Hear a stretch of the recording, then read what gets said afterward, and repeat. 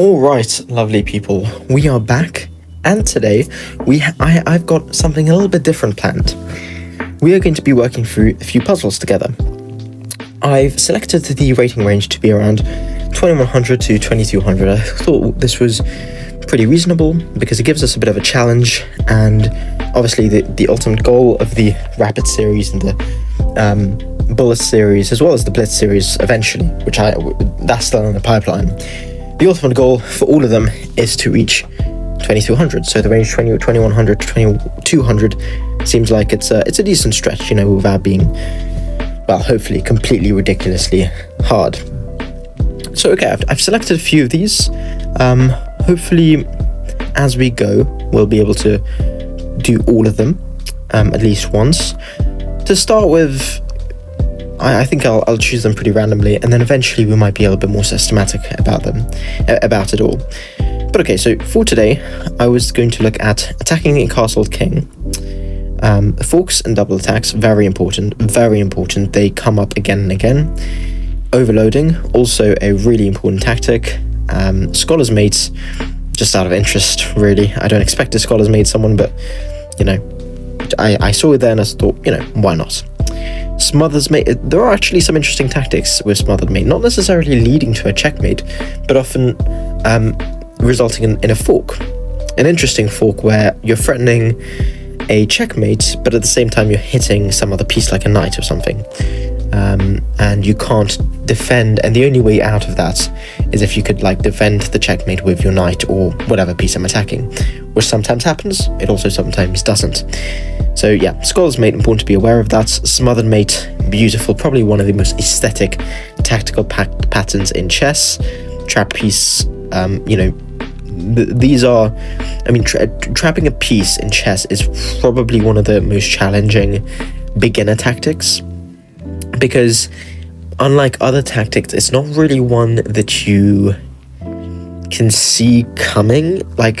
You need to have a lot of awareness of the number of squares that each of your pieces have access to, their ultimate trajectories, right, where they're going, right, their mobility, that kind of thing, and that's not an easy thing to develop. It's quite tricky, actually. So yeah, trap pieces, that's another one.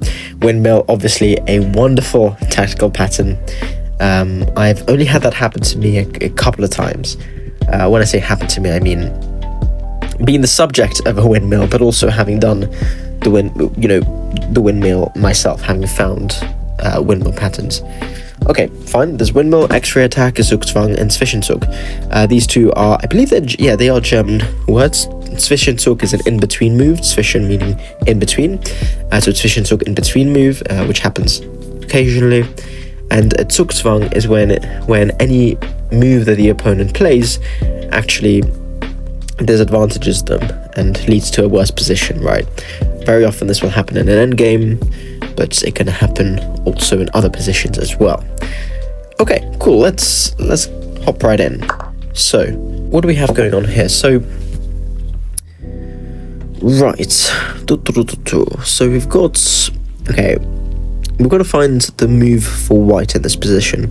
So, first thing I'm noticing is that the knight is hanging, and if I don't trade queens, it seems like the knights will simply be taken. Okay, cool. What can I do with my queen? Okay, queen, I could take let's think about this. I could take the queen, rook takes, and then I can play check on a8, right? But of course then the king can simply move up.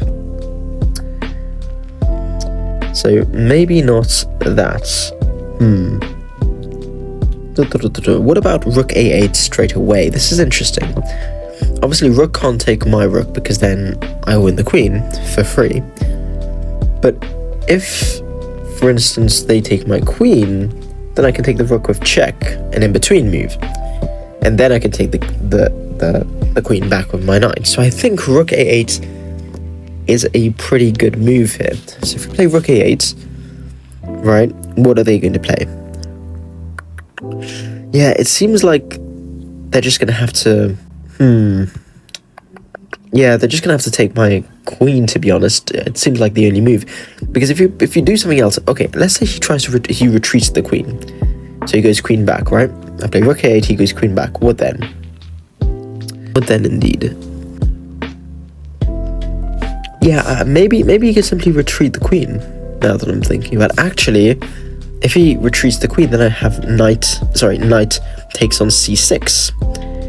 Knight takes on c6, and that way you will notice that the e6, e7, and e5 squares are all covered by some piece, like the queen or the knight.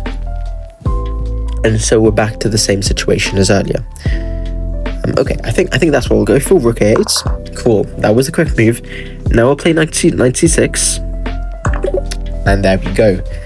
There we go. And we're completely winning in this position because wherever the queen moves, we're gonna grab the queen, and yeah, we're totally winning. So for example, if we play, you might think, okay, queen goes to e6, but then after I take the queen, surely rook can take, but the rook cannot take, which is the key thing to notice there.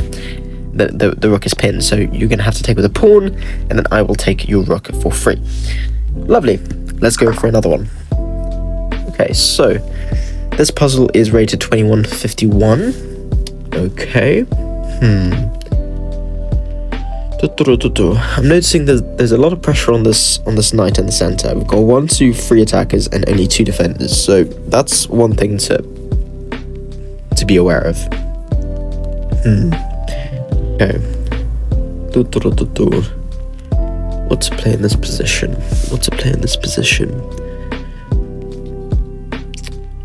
Can I add a defender to my knight? That's the first thing, we need to ask ourselves. Well, I could go, for example, knight back to e2, the c knight, I mean. But I worry that's extremely passive. My queen, my bishop, they're both suffocating if I do that. So, something else. Okay, maybe knight to b5. Knight b5 and we're just kicked out, so that doesn't help. Okay. What about if I take his knight? That's an interesting move. If I take his knight, I'm hitting the queen. Alright, so he could take my queen first. Ooh, this is interesting actually. Have a look at this. So, knight takes on c6. Right, if he takes back my knight with his pawn, I grab his bishop for free. Okay, so we're winning there. Alternatively, if after I grab his knight, he takes my queen with a check, I can take back with a rook, for example. And then, if he takes my bishop, seems like he's just won a piece. But then I do have check. Hold on a second. But then, hold on a second. Tricky, because yes, I can save my knight, but he wins my bishop. Okay. I'm very intrigued by knight c6. I think it's got potential. Knight takes on c6. Oh, I've got it. We don't take back with a rook, we take back with a knight, thus defending our bishop. Okay, cool. So we take there, he takes, we take back with a knight. Critical move. And then here in this position, we're going to first check him, and then we take the bishop, I imagine. Yeah. There we go. We're simply up a piece. Lovely. Very nice. Okay, cool. Let's keep going. So, it is now black to move. Well, I'm noticing that we've got quite a bit of control around the king. Unfortunately, I can't bring my rook up to e1, which would be very nice. But I have queen b3, and then my queen sees the opponent's queen after I play rook to c1. So there is this idea. There is certainly this idea. However he blocks, I'll be able to get that tactic in. King can't come forward, so yeah, it's pretty much GG. Yep, he goes for this, no problem. I could take the pawn. Interesting. I could take the pawn first. Isn't that slightly better? Actually, oh, hold on a second. The queen is defended. Yeah, the queen is defended. So instead, we'll take the pawn first. Yep, we'll take the pawn first. I see it now. I think we give him another check now. Hold on. Oh, hold on a second. I give him another check on b3, force the king to the side, and then I think rook a8. But then, of course, with rook a8, he can block. But then I have another. I can bring the other rook in. Rook a6. Yes, that makes a lot of sense. I would go rook a6, and it would be checkmate in 2. I'm pretty sure, unless I'm miscalculating something. But yes. Okay. Check. Right. He blocks like. Okay. He blocks like this. He could do that. What then? But now this is just checkmate. Oh wait, no, it's not. Hold on. Oh yes, it is. Yes, it is. Because the bishop sees the c1 square. So we go check, and it's going to be mate in a second. Knight takes. I play rook to e1, and then the rook has to block. But then, of course, I can simply take. And you might be wondering, hold on, can't the bishop take? No, the bishop cannot take because the queen pins the bishop to the king. Lovely. That was a very nice one. Okay, cool. Let's go for one more. Well, I'm already seeing queen f7. You know, the queen and the bishop both line up, and they're looking at the f7 square. You want to be very aware of pawns near the king that are only defended by the king. That is usually a nice hinge to potential attack vectors. So, yeah, f7 is definitely queen f7, bishop f7, probably queen f7. Yeah, queen f7. We'll start with that. Okay, cool. Let's see. Let's go from here. Maybe queen f8. Queen f8. Then what? King can go to d7 or to c7.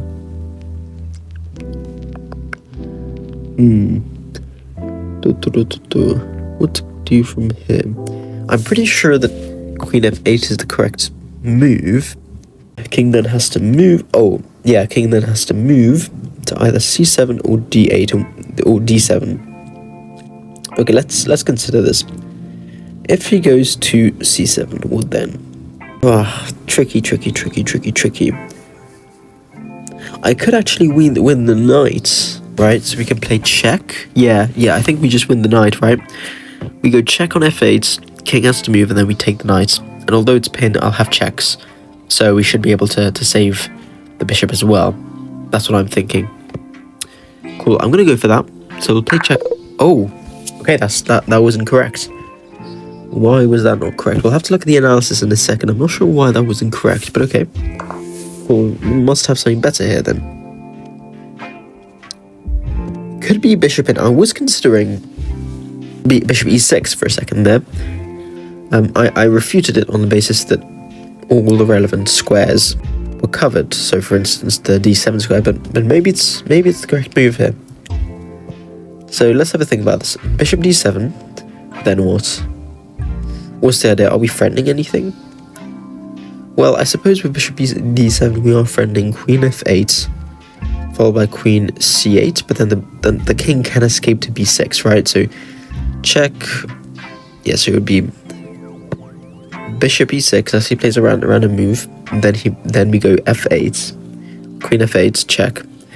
King has to go up to c7. Then I play queen to c8, check. King runs to b6. I'm certain it's winning, but it's not. It's not clear. It's not entirely clear. Ooh, what about f4? F4. That looks like a very interesting move.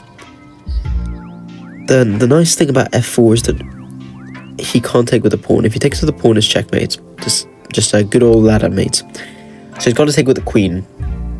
He could also ignore it, but we'll get to that. So let's suppose he takes with the queen. Then I can take on g7. And I should be winning that rook, right? Actually, no, because he takes it, then he can go back to f6, queen f6. Which is a very nice defensive resource there. I do like f4, to be fully honest with you. I do like f4. But in addition to all of that, he can also just go back to f6, so queen f6.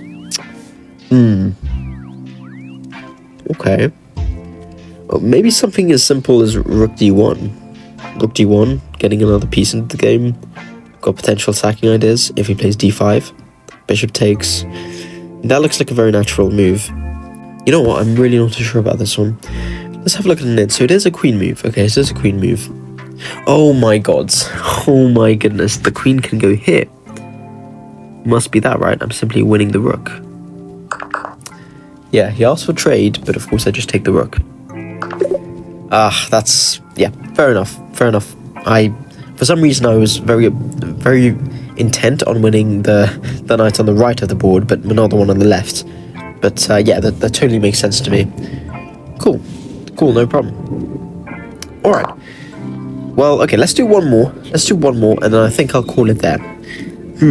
So, it's black to move. I'm noticing the king is definitely lacking for space. This could be a Zugzwang thing. Certainly could be a Zugzwang idea. I'm thinking, you know what? I'm thinking king up to c3. How does he prevent the checkmate on c4? Actually, no. My bishop is hanging. Goodness me. Okay, interesting. What I was considering was king c3.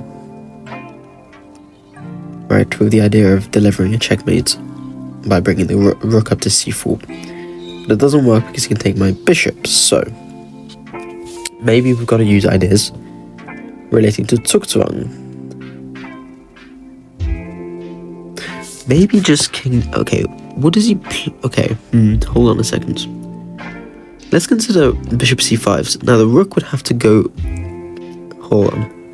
Ooh, or what about a move like bishop d4 or something? Bishop d4. Where does the rook go? The rook will have to... well, actually, not sure. You know what? What about rook b8? There's an interesting move. Rook b8, and what does he play? He's got to move the rook. But the rook can't move to any other square, otherwise it's getting captured by the bishop. So yeah, rook b8. Yep, there we go, and he's got a sack. And now we are totally winning, because we're going to win the b pawn. Just be careful with this, right? Very easy to blunder a draw in this position. He's going to go... yeah, it's fine. If it was our move, this would be very dangerous, right? If I go in the analysis, right? Let's say this, yep. Let's say it was our move. So for example, if he plays this, let's just say I play something random like this. We go back up, and then let's say... yeah, and in this position, if you think, oh, let me just win a pawn, it's a draw. It's a stalemate, right? The black king has no illegal moves, and the pawn is only able to move forwards, well, down the board, so this would be a stalemate. So yeah, do be careful of things like that, but obviously in this position, because it's white's turn, they're going to be forced to play this move, and then it's going to be a rook check. If they go up again, just be careful. It's as simple as this, down, this, pawn down, and, well, we're going to have a mate very soon. I don't know why we're allowing this, but, like, why would we allow this? Like, surely we can just play in this position. Surely this is a much nicer move, no? I suppose the computer has some kind of mating idea, but yeah. I see. I would not play this move. To me, I would simply take the pawn check. Yes, it means it delays mate a little bit according to the computer, but yeah.